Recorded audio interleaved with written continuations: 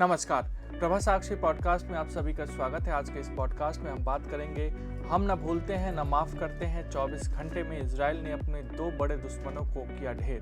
तो आइए सुनते हैं आज के इस पॉडकास्ट को, लेकिन उससे पहले अगर आपने हमारे चैनल को सब्सक्राइब नहीं किया है तो ज़रूर कर ले, ताकि हर रोज़ आप ऐसे इंटरेस्टिंग और जानकारीपूर्ण पॉडकास्ट सुन सकें। कहा जाता है कि इजराइल के दुश्मन पाताल में भी छुप जाते हैं तो मोसाद उन्हें ढूंढ लाती है।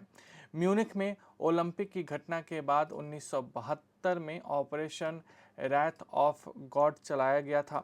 इजरायली एजेंट्स टारगेट को कुछ दिन पहले एक गुलदस्ता भेजते थे।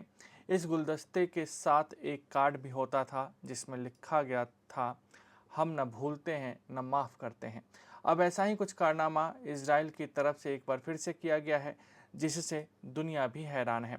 पिछले 10 महीने से इजराइल को जिस पल की तलाश थी, आखिरकार वो आ ही गई। 24 घंटे के अंदर इजराइल ने अपने दो बड़े दुश्मनों को ढेर कर दिया है। ईरान की राजधानी तेहरान से हमास के राजनीतिक चीफ इस्माइल हानिया की मौत की खबर आई है।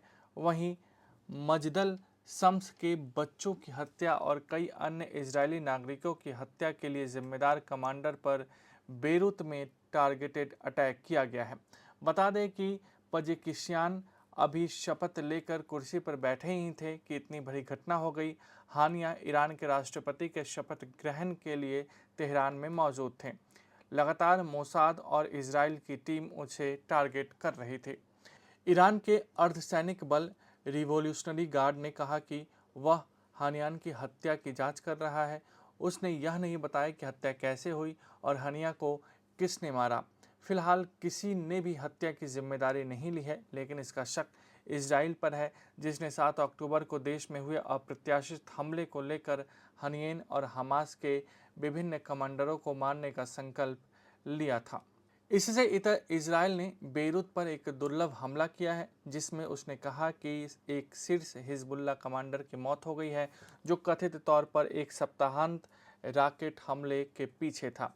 हिजबुल्ला ने तुरंत कमांडर की मौत की पुष्टि नहीं की है। यह हमला लेबनानी आतंकवाद समूह के साथ बढ़ती शत्रुता के बीच हुआ है। एक इजरायली अधिकारी ने कहा कि निशाना हिजबुल्ला के शीर्ष सैन्य कमांडर फौद शुक्र थे, जिन पर अमेरिका लेबनान की राजधानी में 1983 के घातक समुद्री बमबारी की योजना बनाने और उसे शुरू करने का आरोप लगाता है। अधिकारी ने नाम न छापने की शर्त पर बात की, क्योंकि वह मीडिया के साथ हड़ताल के विवरण पर चर्चा करने के लिए अधिकृत नहीं थे। शुक्र उन अन्य हमलों में भी संदिग्ध है जिनमें इजरायली नागरिक मारे गए थे। गाजा में युद्ध की पृष्ठभूमि में दोनों पक्षों ने पिछले 10 महीनों से लगभग दैनिक हमलों का आदान प्रदान किया है, लेकिन उन्होंने पहले संघर्ष को निम्न स्तर पर रखा था, जिससे पूर्ण युद्ध में बढ़ने की संभावना नहीं थी। आज के लिए इतना ही। अगले पॉडकास्ट में किसी और मुद्दे पर देंगे विस्तृत जानकारी। जुड़े रहिए प्रभा साक्षी के साथ।